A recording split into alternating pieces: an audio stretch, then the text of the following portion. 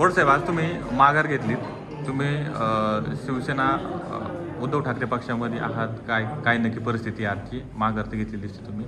माघार घेण्यामागचं कारण काय? मी उमेदवारी अर्ज भरला होता, पण आमच्या पक्षाचे जिल्हाप्रमुखांनी मला बी फॉर्म दिला नाही. म्हणून कार्यकर्त्याच्या आग्रहाखातर मी अपक्ष फॉर्म भरला होता. आणि आज माझ्या माघारीचे कारण असं आहे का निष्ठावंत शिवसैनिक कधीच गद्दारांना मदत करणार नाही. ज्यांनी उद्धव साहेबांच्या डोळ्यात पाणी आणलं त्यांचा आम्ही समर्थन करू शकत नाही. आणि आज मी माघार अशी घेतली आहे.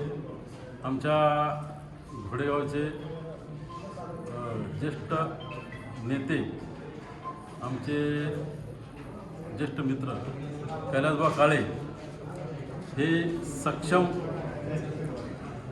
नेतृत्व आहे. आणि त्यांच्यासारख्या नेतृत्वाने पंचायत समितीमध्ये निवडून जाणे आणि सभापती होणे ही सर्वसामान्यांच्या गावच्या हितासाठी आणि एकंदरीत सगळे जे आम्ही जवळजवळ 25 वर्षापूर्वी कैलासभाऊ काळे आणि आम्ही बरोबर काम केलेलं आहे, त्याच्यामुळं आमची एकमेकाशी नाळ जुळलेली आहे. म्हणून काही ज्या आमच्या काही होत्या थोड्याफार गोष्टी आम्ही क्लिअर केलेल्या आहेत. आणि आमच्या सगळ्या सहकाऱ्यांच्या परवानगीने आणि सगळ्यांच्या आग्रहाखातर हा निर्णय आम्ही गावच्या हितासाठी घेतलेला आहे.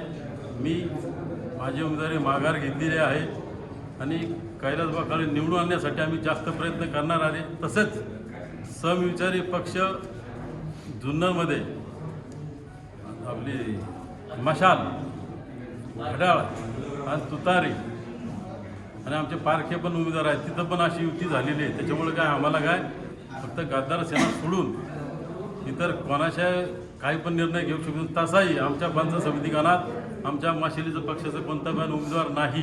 त्याच्यामुळं आम्हाला निर्णय घ्यायला काय आम्हाला काय अवघड वाटलं नाही. ते काय आम्ही काय पक्षाच्या विरोधात किंवा काय असा विषय नाही आहे. माझ्याबरोबर आमचे तालुका आमच्या अमोल काळे आहेत, पदाधिकारी आहेत, संतोष खेत्री हे सर्व आहेत. मुद्दा नंबर 1 असा आहे का तुम्ही उमेदवार जे आहेत कैलासभाऊ काळे यांच्यासोबत आता इथे आलात, त्यांच्या समर्थनाला त्यांना मदत करणार का? 100% मदत करणार, पूर्ण ताकदीने मदत करणार.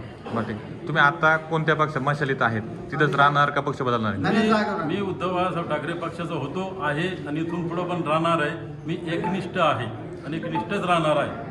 तुम्हाला पक्ष कारवाई करेल असं वाटत नाही का? पक्ष काय कारवाई करणार नाही का? तर सगळी युती करायची नाही असा आदेशच आहे.